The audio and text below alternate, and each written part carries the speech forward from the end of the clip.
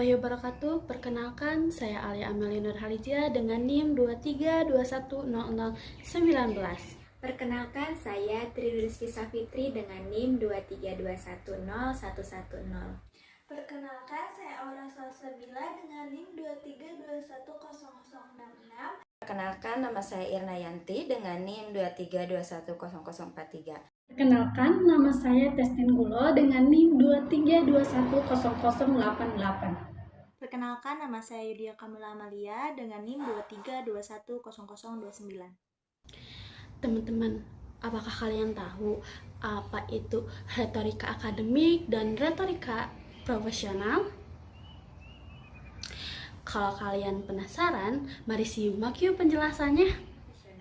Retorika sendiri adalah seni berkomunikasi atau menyampaikan gagasan secara efektif dan persuasif agar pesan dapat dipahami serta mempengaruhi pendengar atau pembacanya. Retorika tidak hanya digunakan dalam berbicara, tetapi juga dalam menulis. Nah, retorika akademik merupakan penerapan retorika dalam lingkungan pendidikan. Tujuannya adalah menyampaikan ide, hasil penelitian, atau argumen secara logis, sistematis, dan didukung oleh bukti yang dapat dipertanggungjawabkan. Sementara itu, retorika profesional adalah kemampuan berkomunikasi yang digunakan di dunia kerja. Retorika ini menekankan penyampaian informasi secara jelas, sopan, efektif, dan sesuai dengan etika profesi sehingga dapat membangun kerjasama dan kepercayaan. Nah, baik, pada kesempatan kali ini kita akan masuk ke pembahasan mengenai prinsip retorika. Nah, pengertian dari prinsip retorika merupakan pedoman dalam menyampaikan gagasan agar pesan yang disampaikan dapat dipahami, diterima, dan mampu mempengaruhi audiens secara efektif.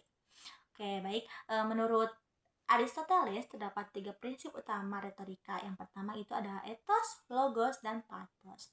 Yang pertama itu ada ethos atau kredibilitas. Nah, ethos tersendiri itu artinya kemampuan dalam membangun kepercayaan audiens terhadap pembicara maupun penulis. Nah, dalam retorika akademik, etos ditunjukkan melalui penguasaan materi, penggunaan referensi yang valid, dan sikap ilmiah yang objektif.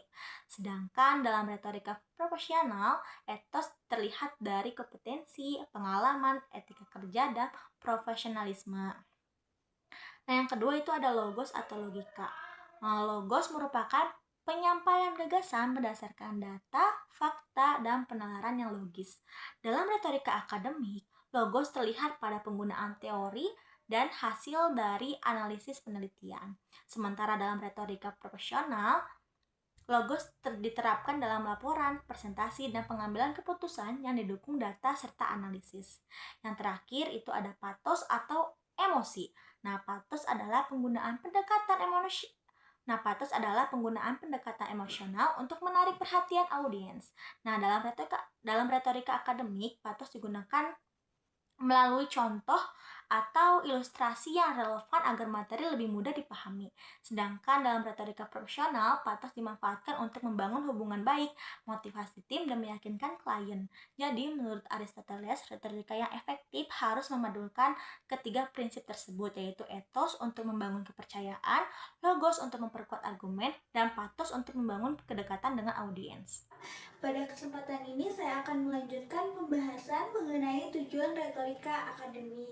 Nah, teman-teman, retorika akademik ini memiliki beberapa tujuan ya, yaitu menyampaikan ilmu atau informasi secara jelas dan sistematis, serta meyakinkan audiens melalui fakta, data, serta argumentasi yang logis. Nah, selanjutnya menciptakan komunikasi yang efektif, membangun kerjasama dalam lingkungan akademik, dan yang terakhir meningkatkan profesionalisme dalam menyampaikan gagasan. Nah, itu merupakan tujuan dari retorika akademik ini ya teman-teman.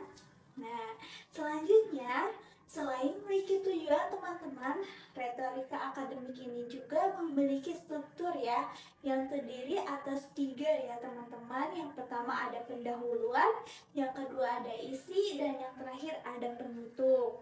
Nah teman-teman, pada pada bagian pendahuluan ini, pembaca membangun perhatian audiens terlebih dahulu dan memperkenalkan topik. Nah, selanjutnya pada bagian isi berisi penyampaian gagasan, fakta, atau argumentasi secara runtut. Nah, yang terakhir, pada bagian penutup ini berfungsi menyimpulkan pembahasan sekaligus memberikan penegasan terhadap pesan yang ingin disampaikan.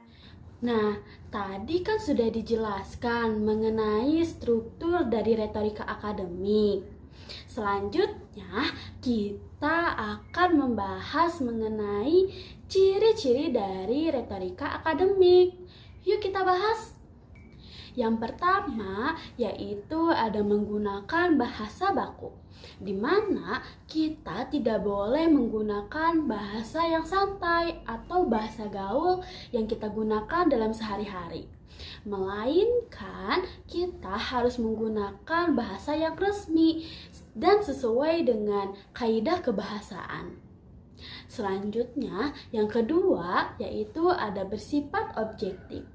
Artinya, apa yang kita sampaikan harus berlandaskan pada sudut pandang ilmiah, tidak boleh opini pribadi.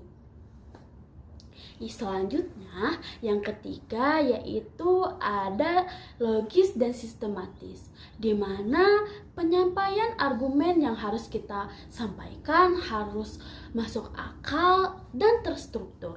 Kenapa? Agar pembaca atau pendengar dapat mengikuti jalan pikiran yang kita sampaikan. Yang keempat yaitu menggunakan data dan fakta, di mana kita tidak boleh asal bicara atau berasumsi, karena apa yang kita sampaikan harus didukung oleh data yang valid serta fakta yang nyata yang ada di lapangan. Selanjutnya, yang kelima, ada menghindari bahasa emosional yang berlebihan, di mana kita tidak boleh menggunakan kata-kata yang memicu emosional yang berlebihan, teman-teman. Yang terakhir, yaitu mengutamakan kejelasan makna, di mana fokus utamanya adalah agar hasil penelitian kita dapat tersampaikan dengan jelas kepada pembaca ataupun pendengar. Nah, supaya teman-teman punya gambaran yang lebih jelas, mari kita lihat contoh kalimat berikut ini yuk. Berdasarkan hasil penelitian, penggunaan media digital dalam pembelajaran meningkatkan motivasi siswa sebesar 30%. Kalau kita lihat dan kita bedah pada kalimat ini sangat terlihat ciri-ciri yang kita bahas tadi, di mana kalimatnya yang baku, objektif, dan tidak ada kalimat yang berunsurkan emosional.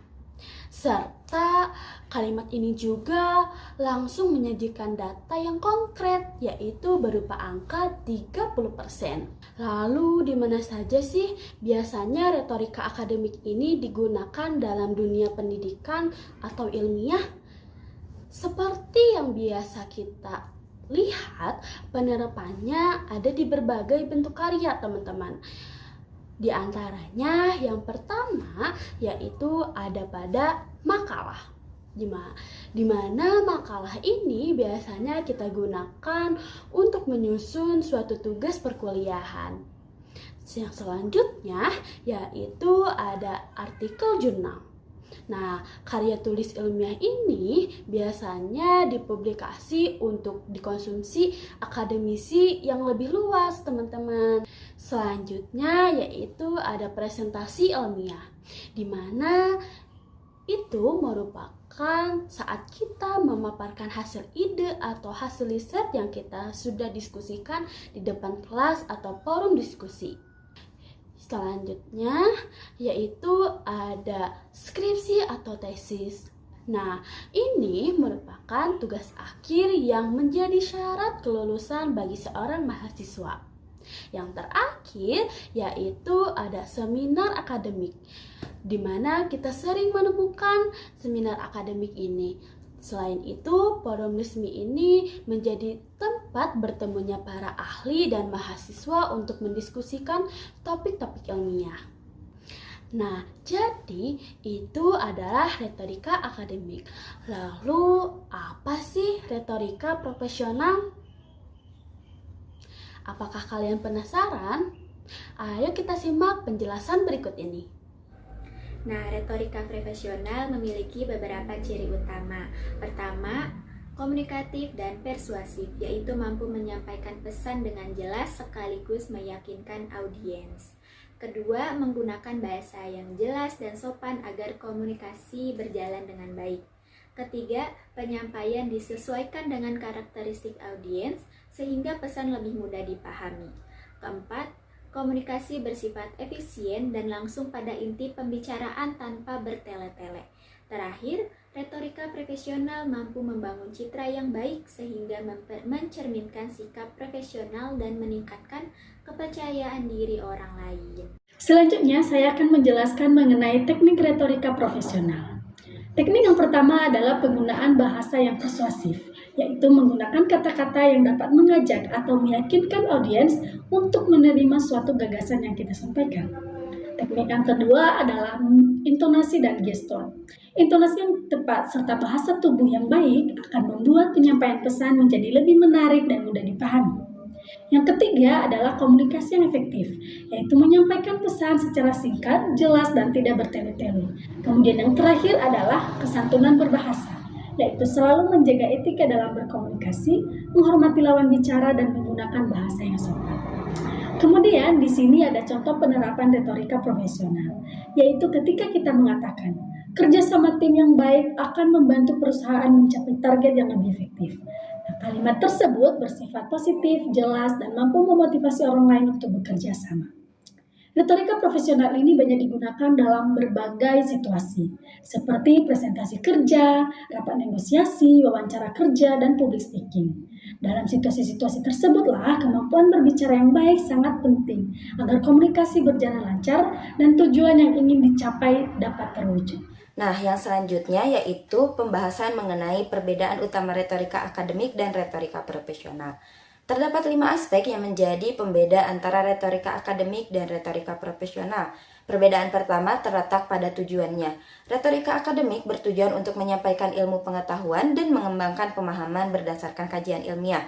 Sementara itu, retorika profesional lebih berfokus pada mempengaruhi, membangun kerjasama, serta mencapai tujuan tertentu dalam dunia kerja. Perbedaan kedua adalah bahasa yang digunakan. Retorika akademik menggunakan bahasa yang formal, baku, dan ilmiah. Sedangkan retorika profesional juga menggunakan bahasa formal tetapi lebih komunikatif, fleksibel, dan mudah dipahami oleh audiens. Selanjutnya dari dasar argumen. Retorika akademik selalu didukung oleh data, teori, dan hasil penelitian. Sedangkan retorika profesional lebih menekankan efektivitas komunikasi serta kebutuhan atau kondisi di lingkungan kerja.